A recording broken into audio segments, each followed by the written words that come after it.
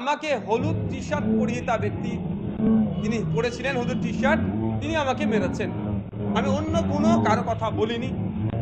তো একটা জিনিস আমি এস্টাবলিশ করে দিলাম যে আমার উপরে যে আক্রমণ হয়েছিল, সে ডে ওয়ানে যেটা বলেছিলাম হলুদ টি শার্ট পরেছিলেন, আজকে তার ভদ্রলোকের নাম হচ্ছে প্রদীপ কুমার দে। এই ভদ্রলোকের নাম প্রদীপ কুমার দে। কলকাতা পুলিশের উনি একজন কনস্টেবল। ওনার ডেট অফ বার্থ একটু জেনে নেওয়া দরকার। 28/1/1971 সালে ওনার ভদ্রলোকের জন্ম। ওনার গার্জেনের নাম হীরেন্দ্রনাথ দে। ওনার বাড়ি, প্রিন্টটা ছেড়ে গেছে রে বাবা, বলছি বাড়ির ডিটেলসটা বলছি, কারা প্রিন্ট করেছে।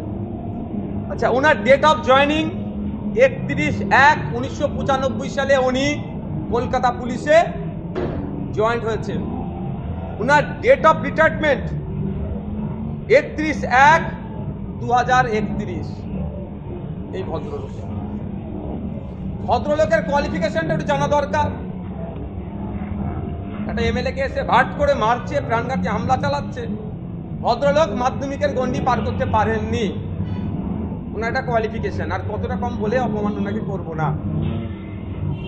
ফোন নম্বরটা দেবো না,